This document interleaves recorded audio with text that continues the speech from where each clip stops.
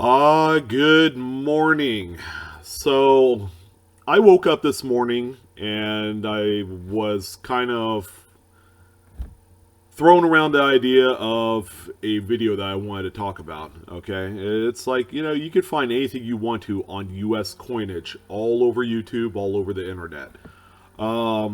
There's so much of it out there that I firmly believe that probably Blue Ridge Silverhound can retire, and then the YouTube educational coin universe would be a-okay. However, we're going to talk about something completely different that is pretty near and dear to my heart and can be found just across the border in Canada. And that would be this specific Canada 10 cents coin. Of course, they don't call it dimes up there, it's simply 10 cents. I'd be remiss to call it a dime, even though it is a 10-cent denomination. But, to keep in the actual correct vernacular for our Canadian friends, okay, it's a 10 cents coin. And before we get started on the actual rare, most valuable coin that probably I've ever seen and witnessed, we're going to start off, a year early. Okay, and that's the 1968 design. Okay, so this design with a mature Queen Elizabeth II on the front of the coin, or maybe it's the back of the coin, because usually the obverse would have the date, and then on the other side you have the traditional schooner look, which I love. I love this coin for its simplicity, and I find this particular design much more attractive than the Roosevelt dime. It's crazy. It's crazy. But above all, in all denominations, I find the 10 cents Canadian coin to be the most attractive between the two. So, in 1968, okay, a little point of fact that maybe you guys are not aware of, but the Royal Canadian Mint, okay, made a little bit of a deal, a kind of like a handshake type of affair with the Philadelphia Mint to produce half of the coinage for the 1968 date. All right, it's pretty neat. I didn't know that. I read that from a few reference manuals this morning, and I thought you guys would enjoy that little bit of information. Furthermore, okay, a lot of you do know this. They did produce a good number of the 1968 dated coins. Well, the one on screen is definitely a 500 fine silver, so it's 50% silver. Maybe I should just say it that way. It's 0.500 silver. Okay, while the other majority of the run is a nickel composition. All right, and to differentiate between the Philadelphia minted coin and the Ottawa sourced coin, okay, the reading on the edge is a little bit different. The Royal Canadian Mint edge grooves have flatter bottoms, while the Philadelphia Mint has a kind of a tapered bottom to it. You would have to look at both coins side by side to understand that. One set of reading looks much more pronounced and sharper than the other. But that is the 1968 date. All right, the Royal Canadian Mint designers had modified this coin right after the centennial release in '67 of the what we call the fish coin, or mackerel, okay, which is what's on the actual side of the coin, and modified the not only the portrait but also the reverse, the boat, to be just a little bit smaller than its previous dated counterparts. All right, so that's been kind of the change. And with this change, they also modified the date. So the date is supposed to be smaller in all coins after 1968. In the case of the 1969 Canada 10 cents coin, okay, there was a little bit of discrepancy, maybe just a hair. And it's this little kind of discrepancy in the usage of a die with a large date that has made this coin right here absolutely, unbelievably rare and valuable. Okay, think of it as the U.S. / Canadian equivalent of the 1969 S double die Lincoln Cent. Okay, this Canadian 10 cents with the large date is as rare, if not more rare, than that particular coin. But really, does it equate to a tremendous amount of dollars and cents comparison between the two? Okay, that's a good question. This example that you see right here, I'm happy to say, was pulled from circulation. And how do I know that? Well, it graded out PCGS AU58. This example sold on Heritage Auctions way back in 2008, or 2006 rather. I'm sorry about the information on date, but 2006, and it sold for $11,500. So if we put it all together, okay, you have a rare coin with a large date. Okay, you have a coin that was pulled from circulation. How do you know? Because it's AU58.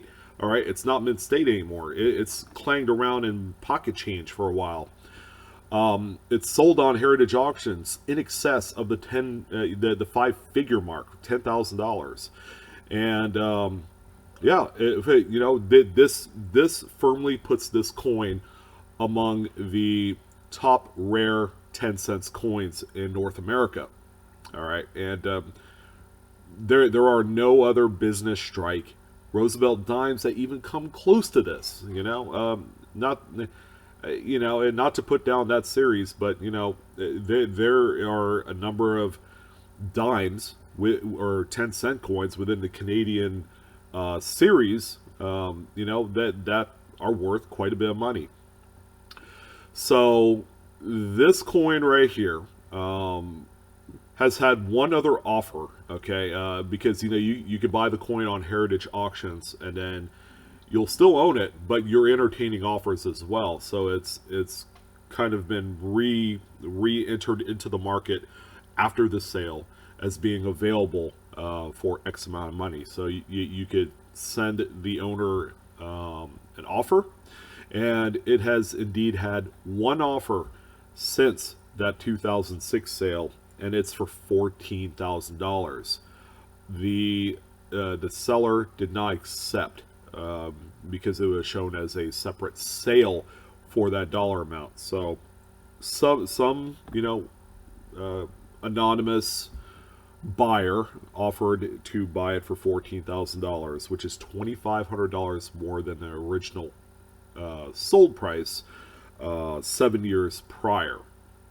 How much is it worth today? Well, none of these have come up in sale on any of the major auctions. Now, there might be a local sale up in Canada. I know they have a couple local auctions and things of that nature, that you never know, one of these have maybe popped up. You know, for those of you guys that are up, you know, north of the border, yeah, let us know if you've heard of any modern sale within the last 3-4 years of this coin. And finally, I wanted to show a little side-by-side comparison. Okay, so you have a large date on the top. As you can see, it's quite a bit taller. And this was the case for a lot of coins before this date. Some of the earlier 10 cents coins, okay, exhibited a much taller date for a while until they did the portrait modification on the coin in 1968. The small date is scrunchy. It's cute, you know, it's smaller, and you know, you could easily see this with a naked eye. I'm almost certain. How is this relevant to people living in the US? Well, it's not really, but if you know about it, you can keep your eye on it, seeing as how the 1969 date is all predominantly nickel. As a matter of fact, they're all nickel. Okay, to find one in 50% silver would just be rare, and that'd be considered a transitional error at that point. But you know, people close to the actual border, you know, upstate New York, you know, some of those northern states, you guys do come across quite a few Canadian coins, so it's worth mentioning this particular variety in the grand scheme of things because it is worth so much money, even in circulated grades. And of course, you folks up there in Canada, you know, you guys see this all the time, and I'm sure a lot of you have tried and attempted to coin roll hunt this particular variety. Wish you guys the best. I'm hoping at least one or two of you have found one. Um, again, it's a tremendous coin. The only other coin I would say that would usurp this, as far as a Roosevelt dime, really wouldn't be applicable because it's a proof only coin, and that would be the 1975 No S Roosevelt dime. This 69 Canada 10 cents was made and produced intended for circulation. It's not a proof coin, it's not a specimen strike. But anyways, this was a lot of fun to talk about, and just doing some research, this is a rare rarity. You know, in terms of Canadian coins, it's probably a top 5 in a lot of people's list of coins to try and find in circulation. You know, out of the, I don't know, how many did they make here? Let me check my guide. 69, they made 55,833,000 examples. So there's bound to be a few more out there. Now, the survival rate, or actual rate of how many of these exist, is between 15 and 20. You know, which it's not a whole lot. But anyways, this would make for a pretty nice treasure hunt. It's a date that's very approachable and somewhat approachable and attainable if you were to hunt for one of these. But at this point in the last minute or so, I've digressed and just rambled on, but I wanted to thank you guys for joining in on this video this morning. I'm your host, Sean of Blue Ridge Silverhound. Again, check me out on Facebook, Instagram, and Twitter. And the best way you can support my channel is to like my video and like me a lot, because that would be awesome. Don't forget to share and subscribe. So you guys have a wonderful rest of your Friday, and I'll see you on the next one. Take care.